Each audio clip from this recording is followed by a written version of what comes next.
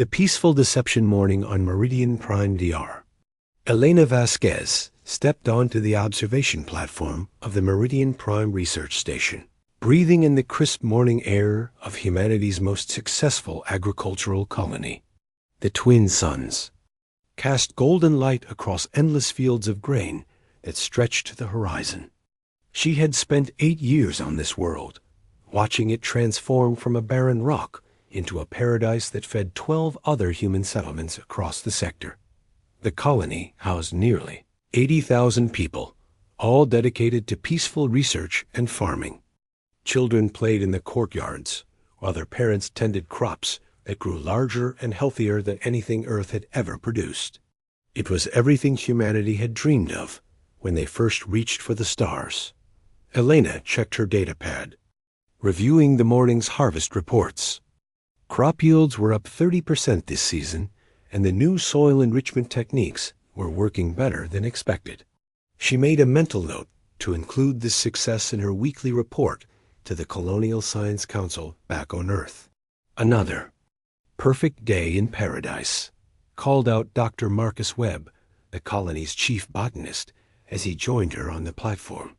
He carried a steaming cup of coffee and wore the satisfied smile of someone who loved his work. "Indeed it is," Elena replied, accepting the second cup he offered. "Sometimes I can't believe we're actually living our dream. No wars, no pollution, no crowded cities.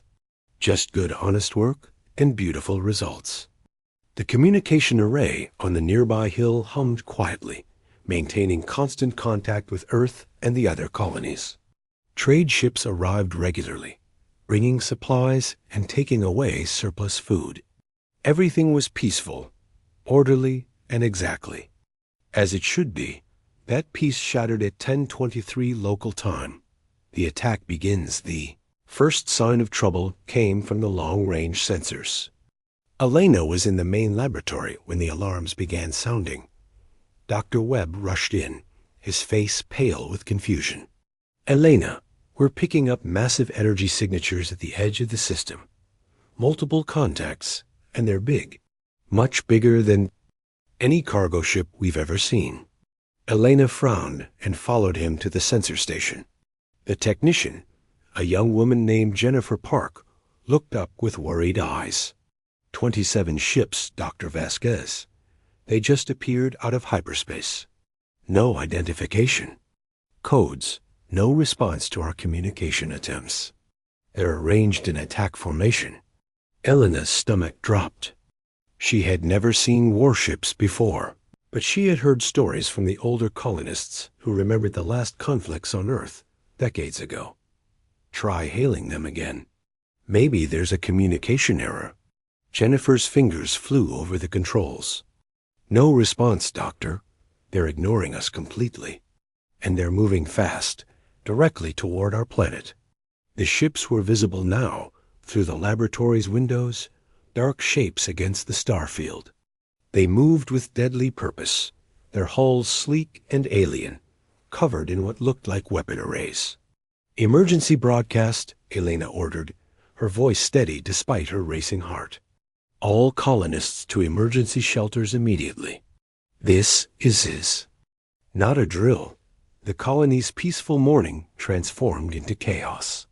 Families ran for the underground bunkers that had been built as protection against natural disasters. No one had ever imagined they would need protection from alien warships. The massacre, the first energy beam struck the colony's main power plant. The entire facility simply vanished, replaced by a crater of melted rock and twisted metal. The aliens had made no demands, issued no warnings. They had simply begun killing. Helena grabbed Jennifer's arm. "The underground communication array. Can you reach it?" "Maybe. It's in the mining complex about 3 kilometers down. If we can get there, I might be able to punch through their jamming." More energy beams lanced down from the dark ships. The agricultural processing center exploded in flames. The school where children had been playing just minutes before was now a smoking ruin. The aliens were methodically destroying everything humanity had built. Elena and Jennifer ran through the gala, chaos toward the mining entrance. All around them, colonists were dying. People who had spent their lives growing food and conducting peaceful research were being slaughtered by weapons they couldn't understand or fight against. They reached the mining complex as another wave of destruction hit the surface. The ground shook violently, and emergency lighting flickered in the deep tunnels. They stumbled through the darkness, following maintenance pathways toward the backup communication station. Here, Jennifer gasped, reaching the buried communication array. Her hands shook as she powered up the emergency transmitter. "I've got a signal getting through their jamming. It's weak, but it's reaching the relay station." Elena took the microphone. "Earth Control, this is Meridian Prime Colony. We are under attack by unknown alien forces. Repeat, we are under attack. They're destroying everything. We need immediate assistance." The response crackled through static. "Meridian Prime, this is Earth Control. Confirm your transmission. Are you reporting an attack? Confirmed, Earth Control. 27 alien warships. They appeared without warning and started firing. No communication, no demands. They're just killing everyone. The colony is gone." Above them, the bombardment continued. The aliens were thorough, destroying every building, every field, every trace of human presence on the planet's surface. "Earth Control, this is Dr. Elena Vasquez. We were just farmers and scientists. We never hurt anyone. We just wanted to live peacefully among the stars. Tell everyone what happened here." The communication array sparked and died as another energy beam struck somewhere above. Elena and Jennifer sat in the darkness, listening to the destruction of their world. Earth's response. The news reached Earth 6 hours after the attacks began. President James Chen sat in the emergency command center, surrounded by his military advisors and intelligence chiefs. The reports were devastating. 15 colonies had been hit simultaneously across human space. The death toll was climbing toward 1 million people. "How is this possible?" demanded Admiral Patricia Ross, head of the Colonial Defense Force. "We have patrol ships throughout the sector. How did an alien fleet of this size get past our detection grid?" Director Sarah Kim from Intelligence spoke quietly. "They didn't just get past our defenses, Admiral. They avoided them completely. These attacks were planned with perfect knowledge of our patrol routes and sensor coverage. Someone has been watching." U.S. for a very long time. President Chun stared at the casualty reports. Each number represented families, communities, dreams that had been turned to ash. "What do we know about the attackers?" "Very little, sir. Survivors describe dark ships with advanced energy weapons. They call themselves the Nexari Empire. No attempt at communication, no demands. They simply destroyed our colonies and left." The room fell silent. Everyone understood the implications. Humanity had been tested and found wanting. The attackers had struck without fear of retaliation because they believed humans were weak. President Chun stood slowly. "Director Kim, I need you to authorize Protocol Prometheus." Director Kim's face went pale. "Mr. President, are you certain?" "Once we activate that protocol, there's no going back. The galaxy will never see humanity the same way again." "Admiral."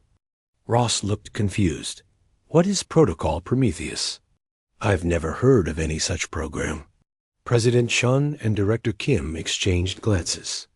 "Admiral, there are aspects of our military capabilities that have been classified at the highest levels for over a century. Things that even you don't know about. I don't understand." "You will," President Chun said grimly. "Director Kim, you have my authorization.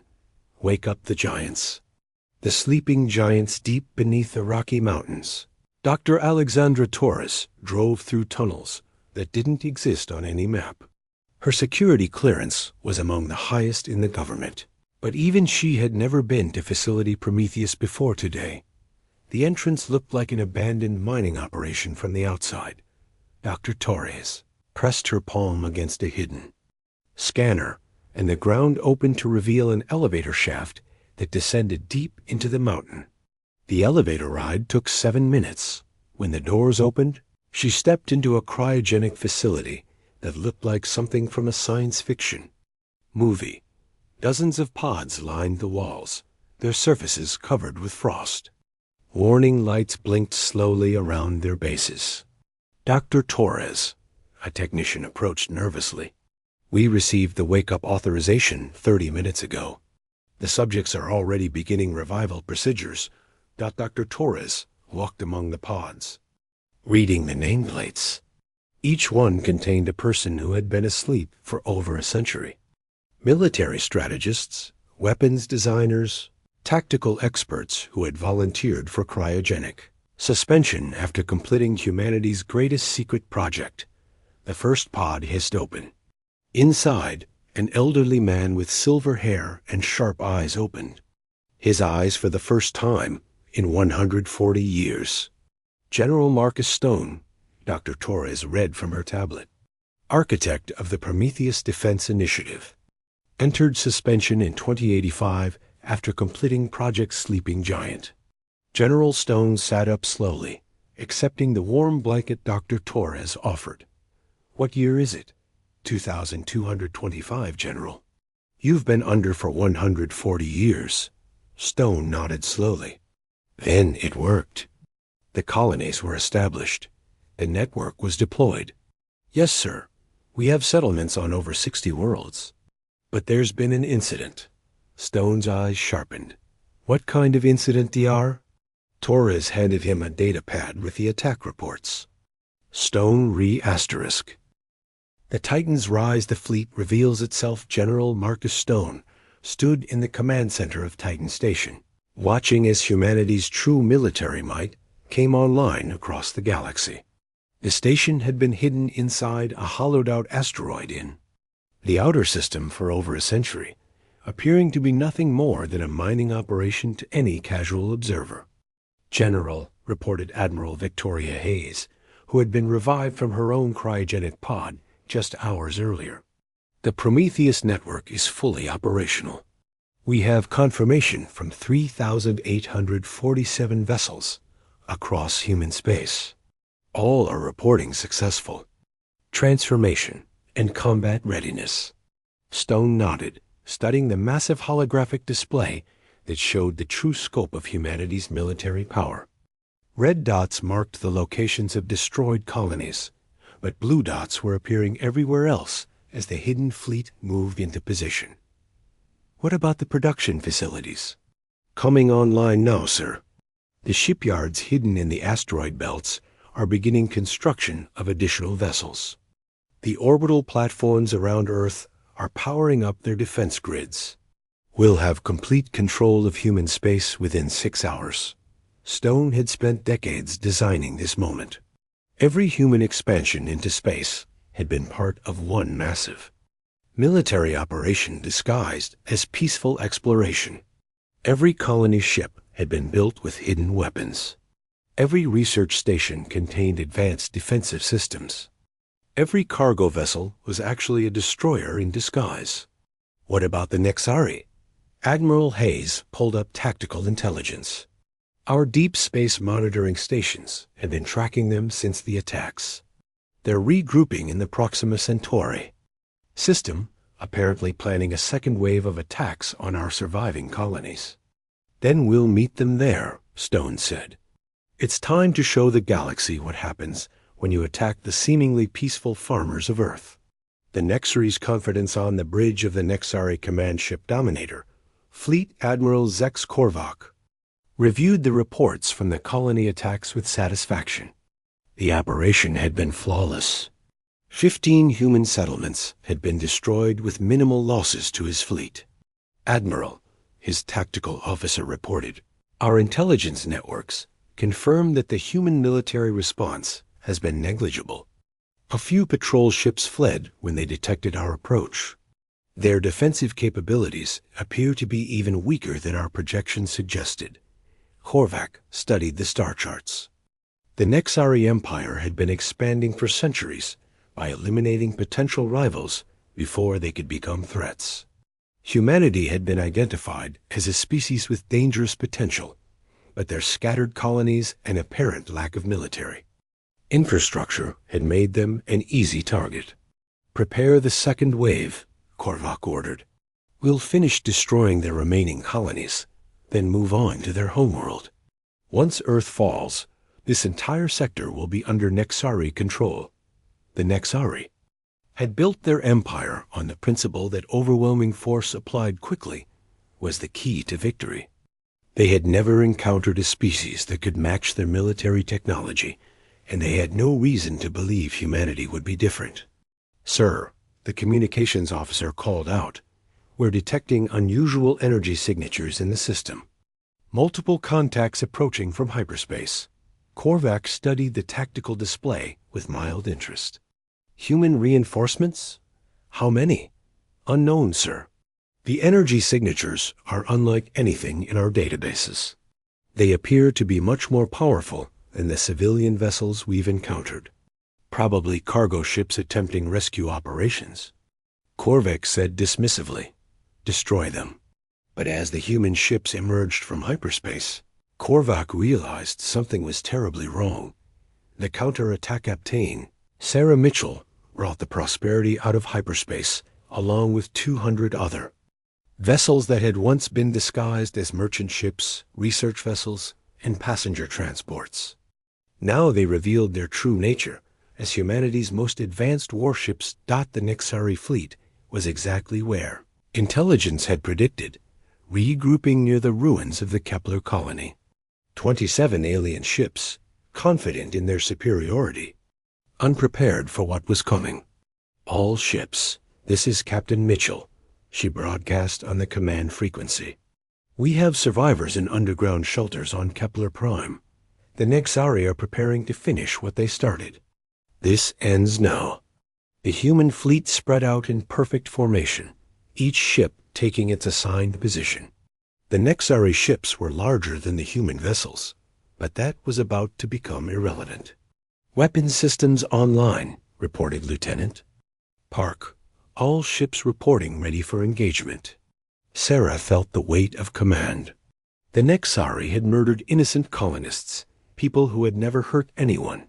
They had attacked farmers and scientists, destroying communities that had taken decades to build. "Target the Nexari command ship," she ordered. "Fire." The human fleet opened fire simultaneously. Energy beams more powerful than anything the Nexari possessed struck their ships with devastating effect. The aliens' shields, designed to withstand weapons of their own technology level, collapsed instantly under the assault. The Nexari shock Admiral Korvac watched in horror as his flagship's shields failed and hull breaches appeared throughout the ship. The human vessels were using weapon systems that were decades ahead of Nexari technology. "How is this possible?" he demanded. "Our intelligence reports said they were a peaceful species with minimal military capabilities." "Sir," his tactical officer reported, voice shaking, "we're detecting over 200 human warships. Their weapons are more advanced than anything we've seen. They're cutting through our defenses like they don't exist." Korvac stared at the tactical display as his fleet was systematically destroyed. The humans weren't just fighting back. They were demonstrating technological superiority that made his own forces look primitive. "Open a communication channel," he ordered desperately. "Perhaps we can negotiate."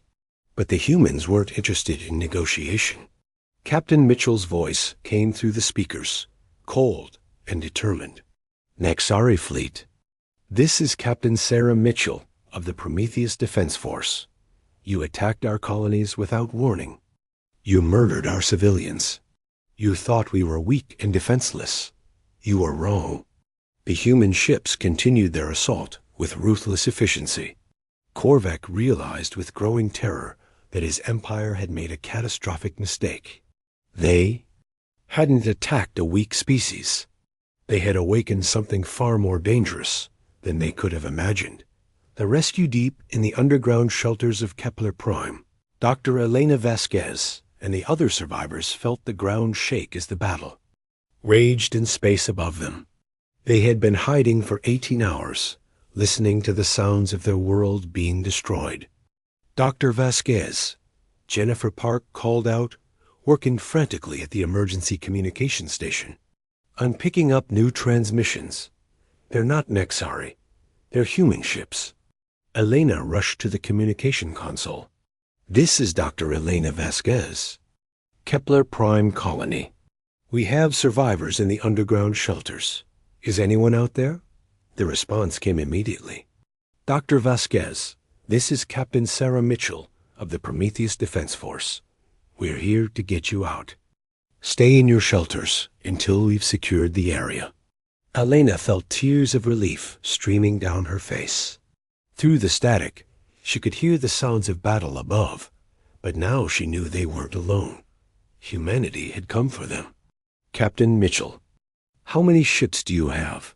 The Nexari fleet is massive." "Dr. Vasquez, we have more than enough. The Nexari are about to learn what happens when you attack the seemingly peaceful farmers of Earth. The galaxy watches the battle above Kepler.